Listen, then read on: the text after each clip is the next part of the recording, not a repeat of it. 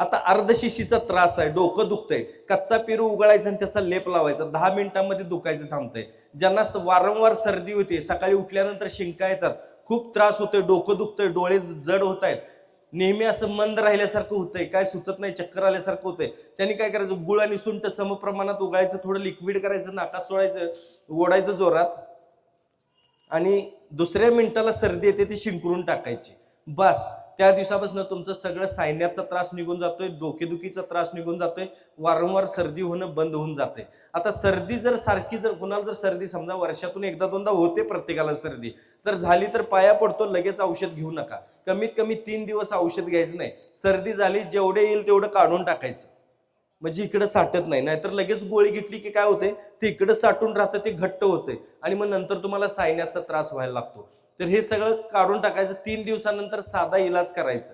साधा इलाज, जोंधळ्याचं पीठ विस्तवावरती टाकायचं आणि चादर घेऊन बसायचं, 10 मिनिटात गायब.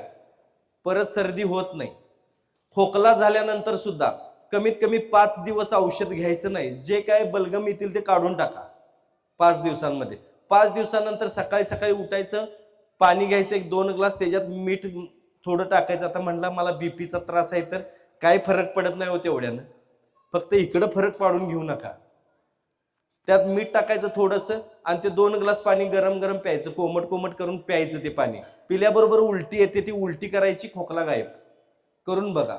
म्हणजे तुम्हाला हृदयाला वगैरे काय जर त्रास होत असेल तरी सुद्धा हे करायला हरकत नाही. पित्ताचा ज्यांना त्रास आहे, बऱ्याच लोकांना पित्ताचा त्रास होतो, पित्ताच्या त्रासाच्या लोकांनी काय करायचं आहे, म्हणजे पित्ताशयात खडे आहेत किंवा सारखं उलटी, मळमळ, जळजळ होते, ह्या लोकांना सांगतो, आलं, लिंबू, मीठ, आलं खिसायचं, त्याच्यात लिंबू पिळायचं, चवीनुसार मीठ घालायचं, थोडं थोडं करून खायचं. रोज रात्री जेवण झाल्यानंतर खायचं, रोज रात्री 4 ते 5 दिवसच करायचं.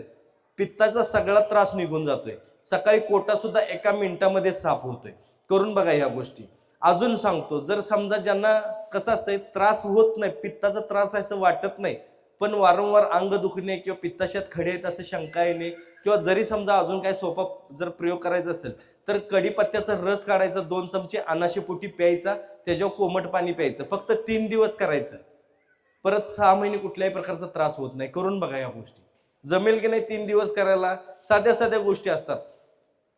आता माता भगिनींना विनंती करतो, थायरॉइड म्हणून बऱ्याच महिला माझ्याकडे येतात बघा, थायरॉइडच्या त्रस्त. पुरुषांना सुद्धा आता व्हायला लागलाय. हे मला सांगा, 30 वर्षापूर्वी कुठं होता हो? 30 वर्षापूर्वी ऐकलंय का थायरॉइडची गोळी चालू आहे? 30-35 वर्षापूर्वी कुठं होतं हे?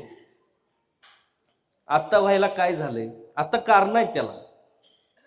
पूर्वी महिला डोक्यावरती बुटी घेऊन असायची, चालणं असायचं, व्यायाम असायचा, फिरणं असायचं. आता स्कूटीवरनं जाते.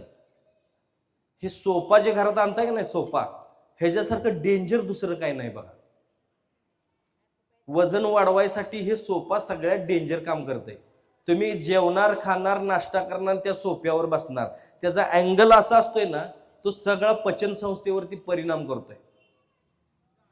आजही माझ्या ऑफिसमध्ये जर आलात तर माझी खुर्ची तुम्हाला लाकडी खुर्ची मिळणार. आजही मी लाकडी खुर्चीवरतीच बसतोय. म्हणून कुठलाही त्रास नाही, कंबरदुखीचा त्रास, घ्यायचा त्रास, त्याचा त्रास. मी गादीवर झोपत नाही, आजही मी चटईवरती झोपतो. तुम्हाला वाटत असेल असली दांडगी गादी,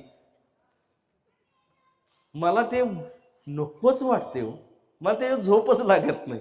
आपल्याला बघा, आमच्या आजीनं पहिल्यापासून सांगितलं, तुला साल्या दगडाव टाकला तरी तिथं झोपायला पाहिजेस.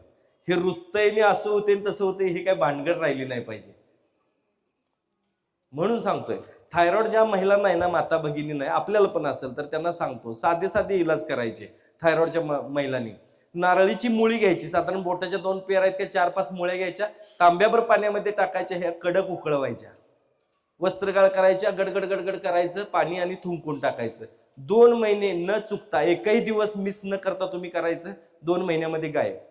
त्याच्यापेक्षाही अजून एक सांगतो, थोडी गाठ लागल्यासारखी दिसते, सूज आल्यासारखी दिसते, तर ह्यानी काय करायचं, गूळ,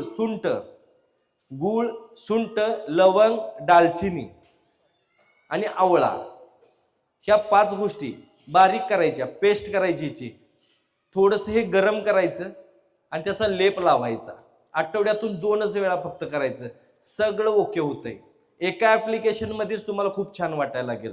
करून बघा. ज्यांना आवाजाचा प्रॉब्लेम आहे ना, त्यांनी सुद्धा हे करायला हरकत नाही. ज्यांचा घसा दुखतो बघा थंडीच्या दिवसांमध्ये, त्यांनी सुद्धा हे करायला हरकत नाही.